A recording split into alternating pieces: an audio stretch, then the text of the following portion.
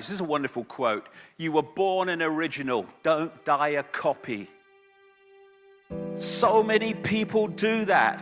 They go through their lives thinking the norm in society is the only possible perception of reality.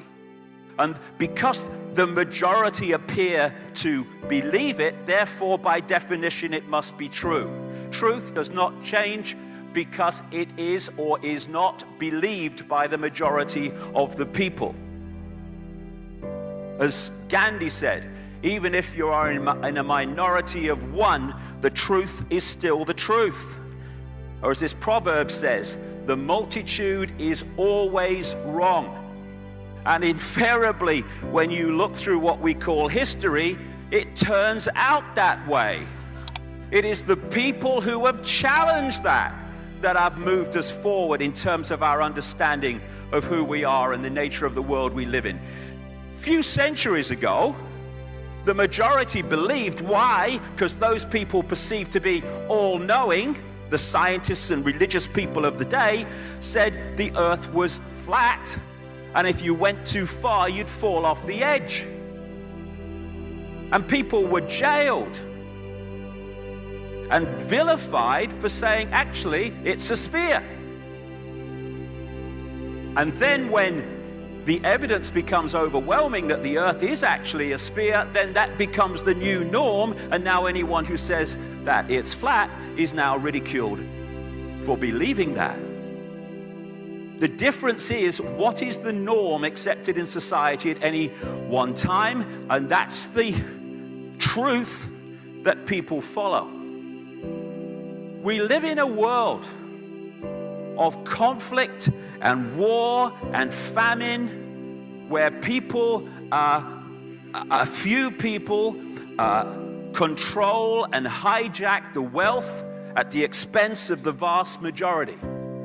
We live in a world which, take a step back, deep breath, look at it again, is utterly bloody insane. And we're asked to believe, and so many people do, that we are somehow at the cutting edge of human evolution. We're nowhere near the edge of what is possible and what is there to be known. But the norms are very powerful. Especially when, from cradle to grave, we are constantly manipulated and confused with contradictory information, and when we're pressured to believe it, otherwise we'll get ridiculed or condemned for being different.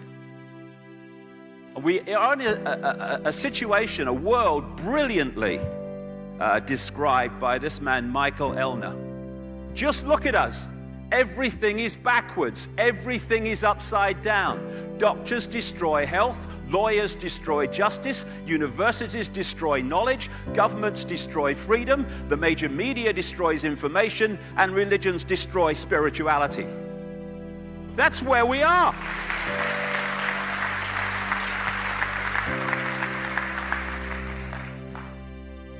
So we live in an upside down world. Why? That's what I asked 20 years ago. And the answers are amazing when you start to take back the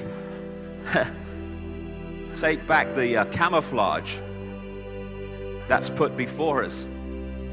All the way through our lives, we are being given instructions, we're being given directions, and basically the world has been turned into a maze of confusion. And it's done to keep us from the simple truths, because complexity is there to stop us finding those simple truths. But when you connect the dots between apparently unconnected people, situations, organizations, world events, and you start to see how they fit together, suddenly this bewildering, confusing world starts to take on a much clearer dimension. Because only by connecting the dots over, as you'll see today, a vast range of subjects and situations and people, can you start to see why the world is upside down, why it is as it is? And crucially, behind that complexity, those smoke screens of complexity, why behind that is an amazing revelation of who we are and the nature of life. When we start to realize that far from being Ethel Jones or Billy Smith, we are all that is, has been, and ever will be. That is the difference between who we are and who we are manipulated to believe we are.